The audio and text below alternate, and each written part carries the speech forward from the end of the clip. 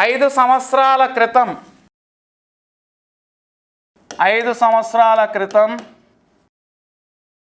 భర్త హస్బెండ్ మరియు భార్య వైఫ్ వయసుల మధ్య నిష్పత్తి 11:9 11:9 మరియు అదే సమయానికి భర్త మరియు కుమారుడు కూడా ఉన్నాడు, సన్ కుమారుడు. అదే సమయానికి భర్త మరియు కుమారుని వయసుల మధ్య నిష్పత్తి 5:1. 5 సంవత్సరాల తర్వాత భర్త మరియు భార్యల వయసుల మధ్య నిష్పత్తి 13:11. ఓకేనండి, 13. ఎప్పుడు 5 సంవత్సరాల తర్వాత 5 సంవత్సరాల తర్వాత 13:11 అయినా భర్త భార్య మరియు కుమారుల ప్రస్తుత వయస్సుల మొత్తం ఎంత? ప్రస్తుత వయసుల మొత్తం ఎంత? సో ఇక్కడ మనం ఏం చేద్దామంటే రేషియోస్ కన్వర్షన్ మెథడ్లో వెళ్ళిపోదాం. నేను సింపుల్ లాజిక్ చెప్తాను వినండి. ఈ 11 భర్తదే, ఈ 5 భాగాలు భర్తదే, కాబట్టి మనం రెండింటిని కూడా 55గా మార్చేయవచ్చు. 11 బదులు 55, 11 5లు 55. మరి 11 5తో గుణిస్తే 9ని కూడా 5తో గుణిస్తే 45. మరి ఇక్కడ 5 55 అయిందంటే 5 11 55 కాబట్టి 1ని 11తో గుణిస్తే 11. సో తండ్రి వయస్సు 55 గుణిజం, తల్లి వయస్సు 45 గుణిజం, కుమారుడి వయసు 11 గుణిజం. మరి 55 గుణిజం అంటే 55 రోజులు 110, చాలా పెద్ద వాల్యూ అయిపోతుంది. వయసులపై సమస్యల్లో ఈ వ్యక్తి యొక్క వయసు 55, మరి సెంచరీ దాటి అనేది అయితే ఉండదు. సో నేను క్లారిటీలోకి వచ్చాను. 55 అతని వయసు అండి, ఇంకా వేరే సింప్లిఫికేషన్ చేయాల్సిన పని లేదు. మీరు తర్వాత ఇచ్చిన స్టేట్మెంట్తో ఫైనల్ ఆన్సర్ కనుక్కున్నప్పుడు కూడా మీకు తండ్రి వయసు 55 అనే వస్తుంది. అదేదో ఇక్కడ నాకు చూడగానే అర్థమైపోయింది. ఓకేనా? సో 55, 45, 11. ఎప్పుడది? 5 సంవత్సరాల క్రితం. మరి ప్రస్తుతం వారి వయసులు ఎంత ఉంటాయి? ప్రస్తుతం వారి వయసులు చూడండి, ఇది 5 సంవత్సరాల క్రితం ఇన్ఫర్మేషను. తండ్రి 55 అంటే ఇప్పుడు 60, తల్లి 45 అంటే ఇప్పుడు 50, కుమారుడు 5 సంవత్సరాల క్రితం 11 అంటే ఇప్పుడు 16. మొత్తంగా కలిపితే 110 + 16 126 సంవత్సరాలు. That is the required answer. 126 సంవత్సరాలు ఎక్కడిచ్చాడు మనకి? థర్డ్ ఆప్షన్లో ఇచ్చాడు. ఓకేనా? ఇప్పుడు ఇంకో లాజిక్ చెప్తాను వినండి. ఈ గ్యాప్ ఎంత? 10 ఇయర్స్ గ్యాప్. ఇక్కడ దీనికి దీనికి గ్యాప్ ఎంత? 2 పార్ట్స్ గ్యాప్. అర్థమవుతుందా? 11, 13 2 పెరిగింది, 9, 11 2 పెరిగింది. ఈ పెరుగుదల 2 పార్ట్స్కి 5 ఇయర్స్ క్రితం 5 ఇయర్స్ తర్వాత, 5 ఇయర్స్ క్రితం 5 ఇయర్స్ తర్వాత గ్యాప్ 10 ఇయర్స్. 2 పార్ట్స్కి ఈక్వల్. 1 part 5 years. అప్పుడు ఈ 11 పార్ట్స్ 55 ఇయర్స్, 9 పార్ట్స్ 45 ఇయర్స్ వచ్చిందా? సో అదంతా చేయకుండా మనం డైరెక్ట్గా 55, 45, 11 అని రేషియో కన్వర్షన్ మెథడ్లో 11 5లు 55, 9 5లు 45, 5 11లు 11 రాసుకుంటే ఆ వయసులు అనేవి అర్థమైపోయినాయి. కానీ ఇది ఎప్పటిది? 5 సంవత్సరాల క్రితంది. ప్రస్తుతం ఎంత రాసుకొని యాడ్ చేయాలి. ఒక చతురస్రం యొక్క భుజం పొడవు 16 సెంటీమీటర్లు. చతురస్రం యొక్క భుజాల మధ్య బిందువులను కలపడం ద్వారా అనంతమైన చతురస్రాలు ఏర్పరిచిన ఆ చతురస్రంలో వైశాల్యాల మొత్తం. చూడండి, ఇక్కడ ఒక చతురస్రం ఏబిసిడి, దీని మధ్య బిందువులు కలుపుతున్నాడు. మధ్య బిందువులు కలుపుతున్నాడు. ఓకేనా? Some PQRS. తర్వాత మళ్ళీ దాని మధ్య బిందువులు కలుపుతున్నాడు. ఓకే, మళ్ళీ దాని మధ్య బిందువులు కలిపితే మళ్ళీ ఇంకో చతురస్రం ఏర్పడుతుంది. మళ్ళీ మధ్య బిందువులు కలుపుతాడు. అలా అనంతంగా గీసుకుంటూ వెళ్తున్నాడు. ఇక్కడ జామెట్రీ ప్రాపర్టీ ఒకటి వినండి. పెద్ద చతురస్రం ఏబిసిడి, దాని మధ్య బిందువులు కలిపితే ఏర్పడింది PQRS కూడా చతురస్రమే. పెద్ద దాంట్లో సగం ఉంటుంది. మళ్ళీ ఇంకొకటి గీసాను సమ్ XYZW, అది PQRSలో సగం ఉంటుంది. మళ్ళీ ఇంకోటి గీస్తే అది దాంట్లో సగం ఉంటుంది, మళ్ళీ ఇంకోటి గీస్తే దాంట్లో సగం ఉంటుంది. మరి నాకేం తెలుసు అంటే చతురస్రం యొక్క భుజం కొలత, ఈ భుజం కొలత తెలుసు, ఎంత ఇచ్చాడు 16 సెంటీమీటర్లు. అప్పుడు దీని యొక్క వైశాల్యం ఏమవుతుంది, వైశాల్యం 16 స్క్వేర్ నథింగ్ బట్ 256 సెంటీమీటర్స్ అవుతుంది, 20 మీటర్ స్క్వేర్ అవుతుంది. ఓకే, ఇది 16 సెంటీమీటర్స్ ఏనండి. భుజం కొలత 16 సెంటీమీటర్లు అయితే వైశాల్యం, చతురస్ర వైశాల్యం సూత్రం ఏంటి, ఏ స్క్వేర్ 16 స్క్వేర్ ఎంత 256 సెంటీమీటర్. మరి అలా ఫస్ట్ 256 ఏరియా వచ్చిందా, తర్వాత ఏమవుద్దంటే అందులో సగం 256లో హాఫ్ ఎంత /2 అవుద్ది. మళ్ళీ ఇంకొకటి గీస్తే మళ్ళీ దాంట్లో సగం 256/4 అవుద్ది. మళ్ళీ అందులో సగం 256/8 అవుద్ది. అలా సోఆన్ వెళ్ళిపోద్ది. ఇదే నాకు కావాల్సిన ఆన్సర్. అనంత చతురస్రాల వైశాల్యాల మొత్తం ఎంత, ఇది మొత్తం యాడ్ చేసుకుంటూ వెళ్ళాలి. నేనేం చేస్తానంటే 256 కామన్ తీస్తాను. 256 కామన్ తీస్తే మనకి ఇక్కడ 1 + 1/2 + 1/2 square plus 1/2 cube plus so on up to infinity ఏర్పడుతుంది. ఓకేనా, ఈ అనంత పదాల మొత్తం గుణశ్రేణిలో ఉంది. ఓకేనా, ఆ గుణశ్రేణిలో ఈ అనంత పదాల మొత్తానికి ఒక షార్ట్ కట్ కూడా ఉంది. ఏంటంటే 1 + 1/x + 1/x² + 1/x³ సోఆన్ = x/x - 1. Note చేసుకోండి, షార్ట్ కట్ ఏంటంటే 1 + 1/x + 1/x² + సోఆన్ up to infinity అని ఇచ్చినప్పుడు x/x - 1 is the formula, x/x - 1. కాబట్టి ఇది ఏమవుతుంది 256 ఇంటూ x అంటే 2/2 - 1 1 అవుతుంది. నో 256 2s ఆర్ ఆన్సర్ ఏంటండి 512 centimetre square. That 512 centimetre square is given in the 4th option. x విలువలు 3, 5, 7, 9, 11, 13, f విలువలు 6, 8, 15, p 8, 4. ఈ దత్తాంశం యొక్క సగటు 7.5 అయినా p విలువ కనుక్కోండి. ఓకేనా, సో దత్తాంశం సగటు అంటే అంకమధ్యమం. అంకమధ్యమానికి సూత్రం ఏంటంటే sigma f into x by sigma f, sigma f into x by sigma f. మరి అదేదో f ఇంటూ x అక్కడే రఫ్లో చేస్తాను చూడండి. f ఇంటూ x అనేటటువంటి కాలం ఒకటి తయారు చేస్తున్నాను. f ఇంటూ x 3 6 18, 5 8 40, 7 15 ఎంత 105, 9p 11 8s are 88, 13 4s are ఎంత అండి 52. ఓకేనా, అది f ఇంటూ ఎక్స్ వాల్యూస్. పౌనపుణ్యం ఇంటూ ఎక్స్ విలువ. f అంటే ఫ్రీక్వెన్సీ, పౌనపుణ్యం స్టాటిస్టిక్స్ అండి ఇది. f అంటే ఫ్రీక్వెన్సీ, అది ఎన్నిసార్లు ఆ విలువ రిపీట్ అయితే దాన్ని పౌనపుణ్యం అంటాం, ఫ్రీక్వెన్సీ అంటాం.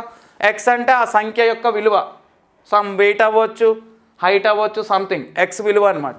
సో f ఇంటూ ఎక్స్ చేసినప్పుడు 6 3 18, 8 5 40, 15 7 105, p ఇంటూ 9 9p, 8 11 88, 13 4 52. ఓకేనా, సో ఇప్పుడు అవన్నీ యాడ్ చేసుకుంటూ వెళ్ళాలి మీరు. ఓకే, 18 + 40 58, 58 ప్లస్ 52 చేసేద్దాం.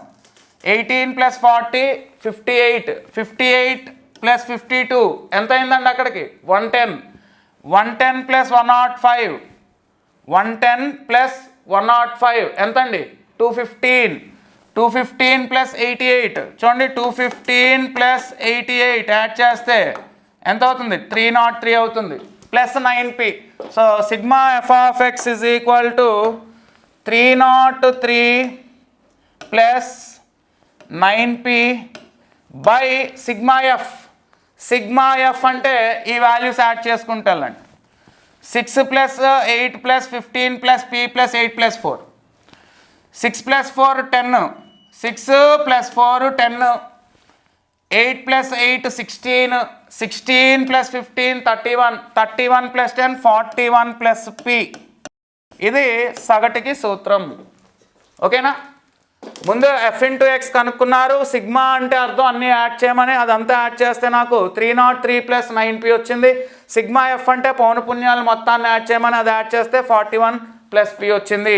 మరి ఆ సగటు ఈజ్ ఈక్వల్ టు ఎంత ఇచ్చాడు? 7.5 అని క్వశ్చన్లు ఇవ్వడం జరిగింది. క్రాస్ మల్టిప్లై చేసి దాన్ని సింప్లిఫై చేయాలి ఇప్పుడు. ఓకేనా? సో క్రాస్ మల్టిప్లై చేస్తున్నప్పుడు ఈ 7.5ని నేను ఎలా రాస్తానంటే 15/2 అని రాస్తాను. ఈజీగా ఉంటుంది మీకు. 7.5 అంటే 15లో సగం, 7.5 15/2. క్రాస్ మల్టిప్లై చేయండి ఒకసారి. 303కి 2తో మల్టిప్లై చేస్తే 606 ప్లస్ 9pకి 18p అవుతుంది. ఇదొకటి వెళ్ళినప్పుడు 15 41s ఆర్ ఎంత? 15 40s 600, 15 1s 15 అంటే ఇది 615 అవుతుంది ప్లస్ 15p అవుతుంది. ఓకే, ఈ 15p తీసుకొచ్చండి. 3p is equal to 606 తీసుకెళ్తే 615 మైనస్ 606 9 అవుతుంది. The value of p is nothing but 3. So p is equal to 3 is given in the third option. కొంత సొమ్ముపై బారు వడ్డీ ప్రకారం సంవత్సరానికి 6% వడ్డీ రేటు చొప్పున కొంతకాలానికి కొంత వడ్డీ అగును. ఒకవేళ సొమ్ము 20% అధికంగా చేసి వడ్డీ రేట్ని 2/3 వంతు చేసి మరియు కాలంను 6/5 వంతు చేసిన ఆ బారు వడ్డీ 2400 అయిన మొదటి బారు వడ్డీ ఎంత? సో ఇది అంతా నేను అజంప్షన్ మెథడ్లో వెళ్తాను. ఒకసారి జాగ్రత్తగా ఉండు. Principal, time period, rate of interest, interest. అసలు 100 అనుకోండి. అసలు 100, ఆ 100 20% పెరిగింది 120. అసలు 100 20% అధికం చేసినప్పుడు 100కి 20% కలిపితే 120 రూపాయలు అవుతుంది. ఓకేనా? నెక్స్ట్ ఏమైంది?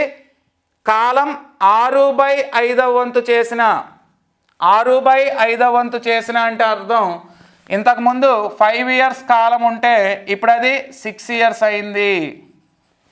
6/5 వంతు అయింది, 5 ఉండేది 6 అయిందని అర్థం. ఓకే, నెక్స్ట్ వడ్డీ రేటు 2/3 వంతు చేసిన అంటే ఇందాక 30% అనుకోండి ఈజీగా ఉండడానికి. 3% అనుకుంటే లేట్ అయ్యింది, 30% అనుకుంటే ఈజీగా ఉంటుంది. లేదా 3% 2% అనుకుని కూడా చేయొచ్చు, మీ ఇష్టం. సో 3% అనుకోండి, లెట్ ఇట్ బి 3% ఇనీషియల్. 2/3 వంతు అయిందంటే ఇప్పుడు 2% అయింది. ఓకేనా? ఇప్పుడు ఇంట్రెస్ట్ క్యాలిక్యులేట్ చేస్తే 5 yearsకి 3% చెప్పిన నాకు ఎంత ఇంట్రెస్ట్ కలెక్ట్ అవుతుంది? ఎంత ఇంట్రెస్ట్ కలెక్ట్ అవుతుందండి? 15 రూపీస్. 15 parts units. అజంప్షన్ ఇది. 100 partsలో 5 into 3 15% ఎంత? 100లో 15% 15 parts. 120లో 6 into 2 12% ఎంత? 120లో 1% 1.2, 1% 1.2, 12% కావాలి నాకు. 12లో 144 అంటే 14.2 parts అవుతుంది. 14.2 parts. ఓకేనా? ఇప్పుడు క్వశ్చన్ ఏం అడుగుతున్నాడంటే ఆ బారు వడ్డీ 14.2 parts 2400 రూపాయలు అయితే, 2400 రూపాయలు అయితే మొదట బారు వడ్డీ ఎంత? ఫినిష్. సో ఇలా కంపారిజన్తో చేయాలి. PTR/100 వేసుకొని ఎక్స్ అనుకొని చేద్దాం అంటే లేట్ అవుతుంది. ఓకేనా? ఇనీషియల్ ప్రిన్సిపల్ 100 అనుకోండి, 20% పెరిగి 120 అయింది. కాలం వచ్చి 6/5 అయిందంటే 5 ఉండేది 6 అయింది. వడ్డీ రేటు 2/3 అయిందంటే 3 ఉండేది 2 అయింది. దాన్ని బట్టి వడ్డీని పార్ట్స్లో కనుక్కున్నాం. ఇప్పుడు 1% వాల్యూ ఎంత అవుతుందండి? What is 1%? 1% అంటే 1 part, sorry, 1 part is equal 1 part is equal to 2400/14.2. మరి నాకు కావాల్సింది 15 parts వాల్యూ.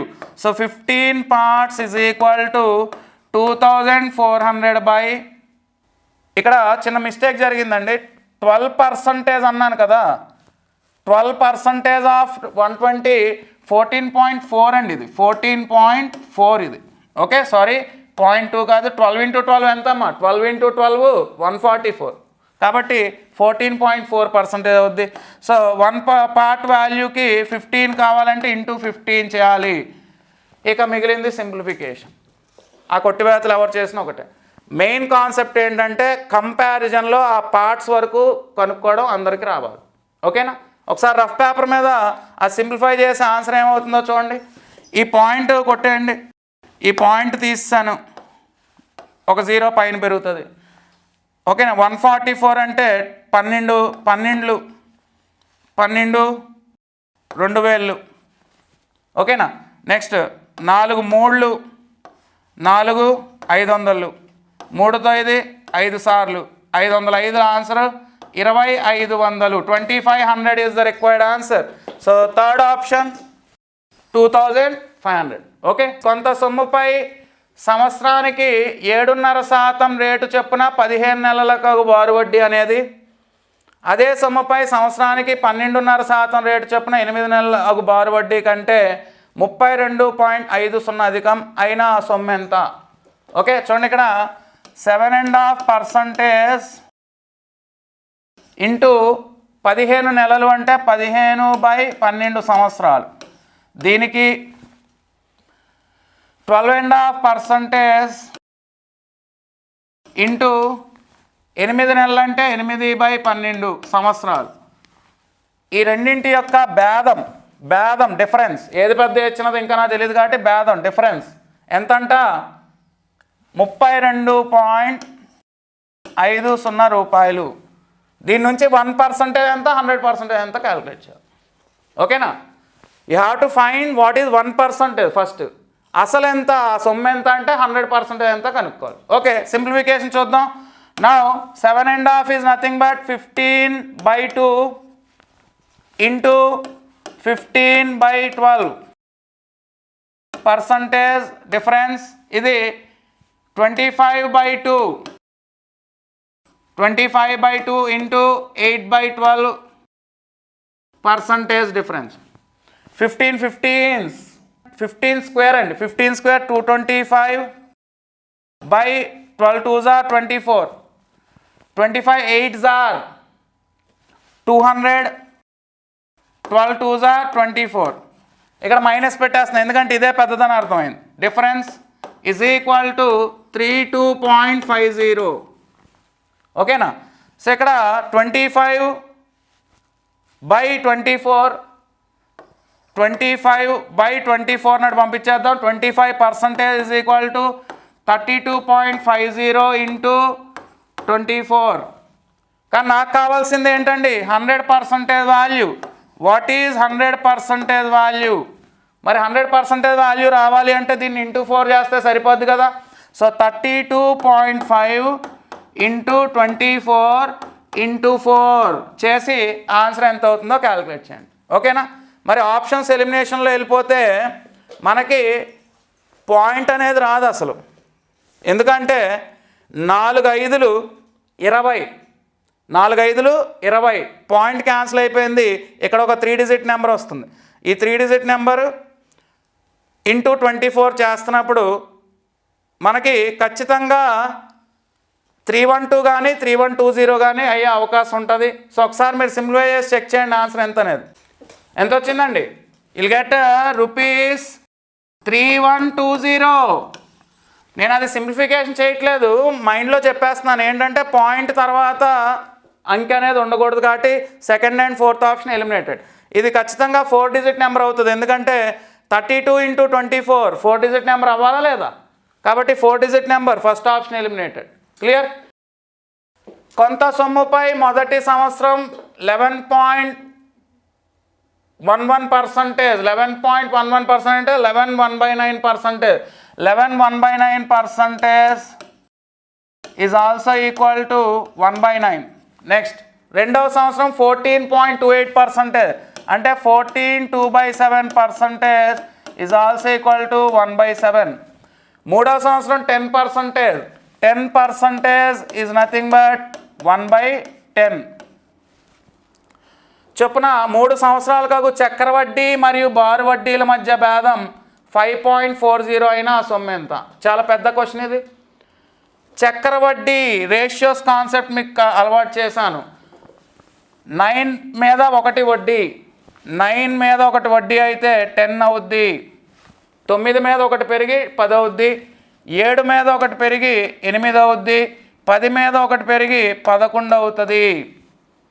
ఓకేనా? ఇప్పుడు ఈ మూడింటి లబ్ధం 9 7 63 × 10 630. నెక్స్ట్ 10 × 8 × 11 880. ఓకే, మీకు తెలుసు కదా అసలు ఇది,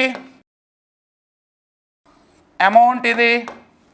అప్పుడు compound interest is equal to ఈ రెండింటికి మధ్య గల భేదం ఎంత? 880 మైనస్ 630 250 యూనిట్లు. పార్ట్స్ అనుకోండి, యూనిట్లు అనుకోండి. అయితే చక్రవడ్డీ 250 యూనిట్స్ వచ్చింది. మరి బారు వడ్డీ ఎంత వస్తుందో చూద్దాం. బారు వడ్డీ అసలు 630 కదా, ఈ 630 మీద మొదటి సంవత్సరం వడ్డీ 630తో గుణిస్తే ఎంత వస్తుంది? 70 రూపాయలు.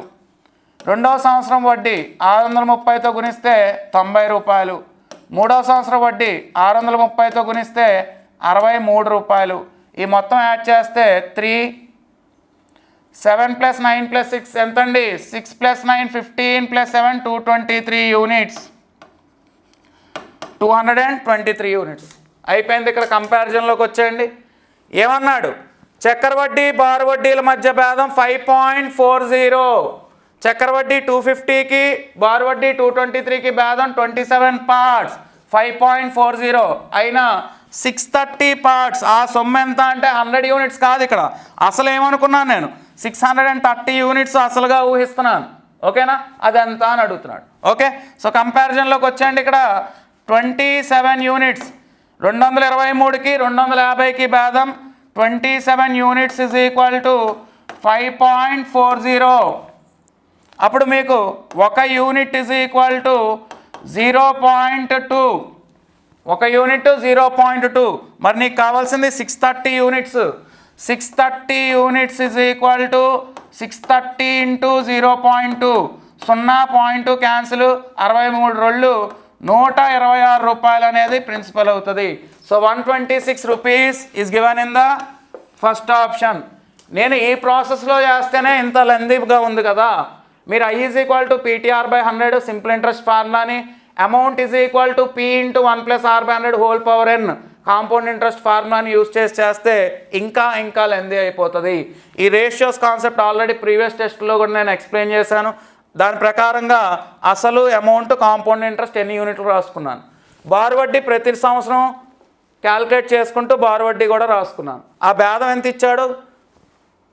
5.40 ఇచ్చాడు. 223కి 250కి భేదం ఎంత అంటే 27 యూనిట్స్. 1 యూనిట్ ఎంత?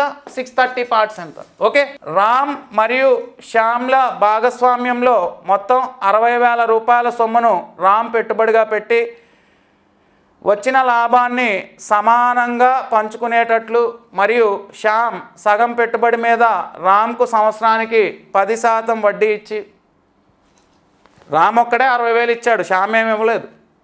ఓకే, రామ్ మరియు శ్యామ్లు భాగస్వామ్యంలో మొత్తం 60,000 రూపాయల సొమ్మును రామ్ పెట్టుబడి పెట్టి శ్యామ్ అనేవాడు అసలు పెట్టుబడి పెట్టలేదు. అందుకని ఈ సంవత్సరానికి 10% వడ్డీ, సగం పెట్టుబడి 60,000లో సగం 30,000, 30,000లో 10% 3,000 వడ్డీ ఇస్తున్నాడు. ఎవరు? శ్యాము. పెట్టుబడి పెట్టలేదు కాబట్టి 3,000 రూపాయలు రామ్కి ఇవ్వాలి. ఓకేనా? నెక్స్ట్, వ్యాపారం నడిపించినందుకు నెలకు 150 రూపాయలు జీతంగా తీసుకుంటున్నాడు. ఎవరు? శ్యాము. 150 రూపాయలు నెలకి 150, సంవత్సరానికి 150 12 ఎంత అండి? 150 12 1800 రూపాయలు శ్యామ్ జీతంగా తీసుకుంటున్నాడు. అయితే ఆ జీతం అనేది లాభంలో నుండి ముందు తీసేయాలి. ఓకేనా? అయితే చివరికి శ్యామ్ రాబడి రామ్ రాబడిలో సగం ఉన్నట్లయితే వ్యాపారంలో వచ్చిన మొత్తం లాభం ఎంత? పార్ట్నర్షిప్లో టఫెస్ట్ క్వశ్చన్ అంటే ఇదే. మిగతా క్వశ్చన్స్ అన్నీ ఈజీగా ఉంటాయి, కొంచెం లాజిక్తో ఆలోచించి చేయాల్సి ఉంటుంది. ఇక్కడ మొత్తం లాభం is equal to x plus 1800 అని రాయండి.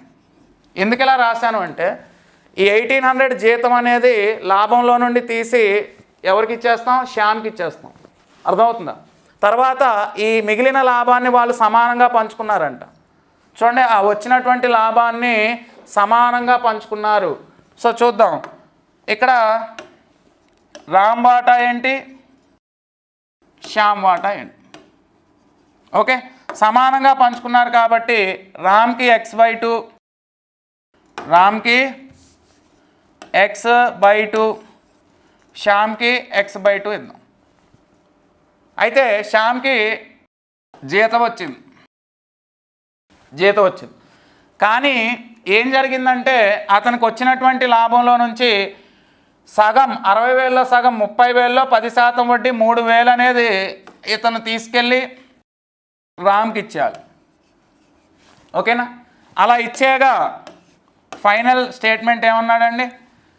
ఫైనల్ స్టేట్మెంట్ అలా ఇచ్చేగా శ్యామ్ రాబడి రామ్ రాబడిలో సగం అయినట్లయితే, శ్యామ్ యొక్క రాబడి రామ్లో సగం అంటే ఇది /2 చేయాలి. ఇది /2 చేసే దాని బదులు దాన్ని × 2 చేద్దాం. × 2 ఫినిష్. ఎక్స్ ఎంతో కనుక్కోండి, x + 1800 ఎంతో కనుక్కోండి. మొత్తం లాభం ఎంత అని అడిగాడు. ముందు x కనుక్కోండి, దానికి 1800 కలపండి. కంపల్సరీ ఈక్వేషన్ రాయడం అందరికీ రావాలి. మళ్ళీ ఇంకొకసారి రిపీట్ చేస్తున్నాను. జీతం అనేది ఇచ్చేయాలి కాబట్టి ఆ 1800 x + 1800 అని రాసుకోవడం వల్ల 1800 ఇచ్చిన తర్వాత మిగిలిన లాభాన్ని వాళ్ళు చెరిసగం సమానంగా పంచుకుంటారని అర్థం. ఓకేనండి? Now let's solve it. ఇదేమవుతుంది? x + 6000/2 ఈజ్ ఈక్వల్ టు, ఓకేనా, ఈ 2 లోపల పంపించేస్తే 2x ప్లస్ మైనస్ ఇది 1200 చేయండి. 3000 1800 డిఫరెన్స్ 1200 2s ఏమవుతుంది? 1200 2s 2400. కానీ ఆ 2 కూడా ఈ లోపలికి తీసుకొస్తే 4800/2. 2 గెట్స్ క్యాన్సిల్. ఓకేనా? Now x is equal to, ఇది ఇటు తీసుకొచ్చండి, మైనస్ కాస్త ప్లస్ అవుద్ది, x నాడు పట్టుకెళ్తే 2x - x. ఈ -4800 తీసుకొస్తే 10,800. ఓకేనా? మరి నీకు కావాల్సిన ఆన్సర్ ఏంటి? I want total profit 10,800 plus 1800 that is equal to 10,800 plus 1800 కలిపితే 800 ఇటు వెళ్తే 2,600. Answer 12,600 rupees. 12,600 is given in the 4th option అండి.